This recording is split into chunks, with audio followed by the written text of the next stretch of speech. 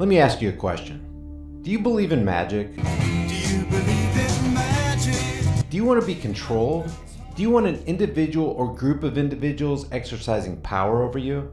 Last night, as most people know, was election night.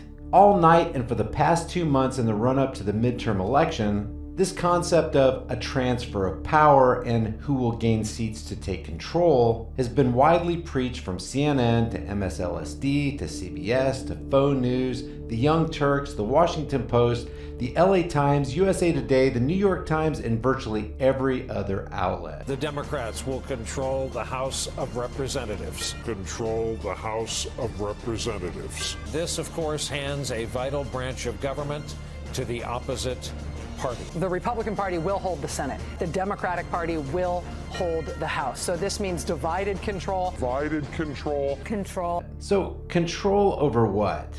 Power over what?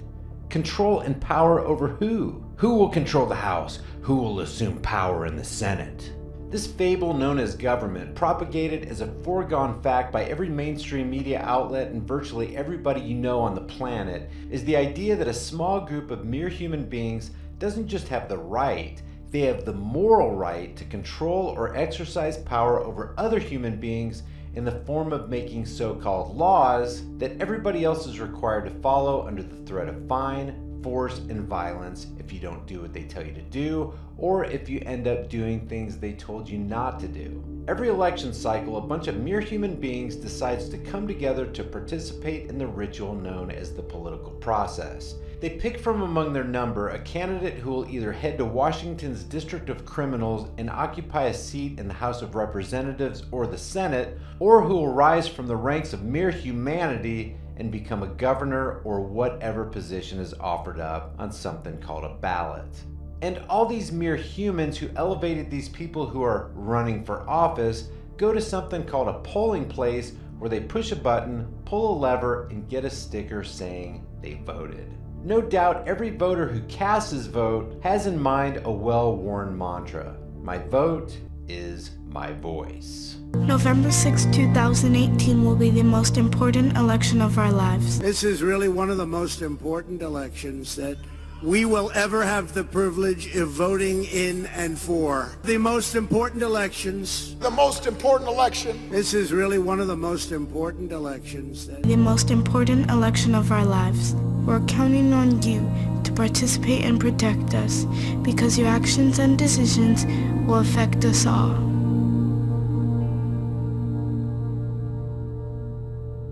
What did they utter their voices to say?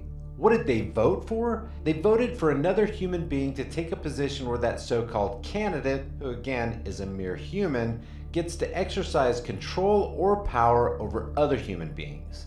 And again, they get to craft something called laws, which are written commands that people must follow or risk being punished. Now the kicker is that while everybody who votes believes that they actually have the ability to confer some legitimate power to control others onto other people, they actually don't. The entire process is a construct built on belief. It's not built on logic, it's not built on truth or reality. In fact, it can be easily demonstrated that neither you nor I have the legitimate moral right to tell another human being, outside of our children, what they can or can't do, where they can or can't go, or what they can or can't possess. Go ahead, try it yourself. Write down on a piece of paper a couple of laws or commands for your neighbors to follow and tell them that if they don't do what you say, you'll have a couple of your buddies come over, tie them up, take their money, and throw them into a cage. You can even attempt to add additional credibility to what you wrote down, kind of like governments do, and tell your neighbor that 50 of your friends agree that you have the legitimate authority to control them and take their stuff. And then just sit back and see what happens. It'd be one thing if a voter signed a contractual agreement to have some particular person or group boss that particular voter around. But just think for a second how insane it is to imagine that you have the legitimate right to vote for an individual to boss others around. Others who don't want to be bossed around and don't want to participate in such a psychopathic make-believe game. If you and I don't have that right, and we clearly don't, how the hell can we think that a bunch of us getting together have that right? You literally have to believe in magic. If you believe in magic, don't bother choosing. So, do you believe in magic? And guys, that's what election night is all about. It's this elaborate hoax that we've all been taught to believe is legitimate. Don't question it, just believe it.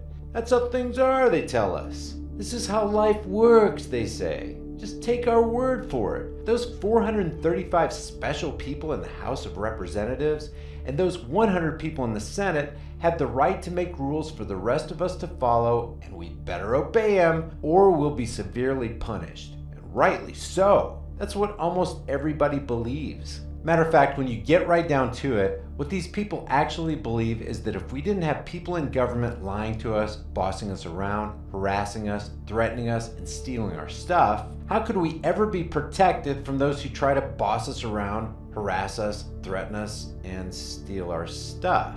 They tell us without government, society would descend into darkness. There'd be blood flowing in the streets, and people would be eating each other as bands of marauders pillaged and plundered us. It's truly the fantasy of psychopaths, built on lies and promoted by mainstream fakers, and you just have to continue to trust them. You gotta take their word for it. Turn off your mind and just take it on faith. This short message was brought to you by the Unvarnished Truth. If you believe that someone or a group of people has the moral right to rule you and take your stuff, and if you believe that there are people on this planet who actually have a legitimately higher claim over your life and property than you, then please leave your detailed explanation and proof in the comment section below. Because if there is no rational, sane, logic-based moral argument for the concept of government, how about we all start living lives in rejection of such psychopathy? If you guys enjoyed this video, subscribe to the channel, hit the bell notification icon, give it a thumbs up, and share it with everybody you know. I'll see you guys in the next video. Guys, I don't know how much longer my channel will be around here on YouTube. Please take a minute and sign up to my email list. It's free, painless, and you'll get some cool stuff.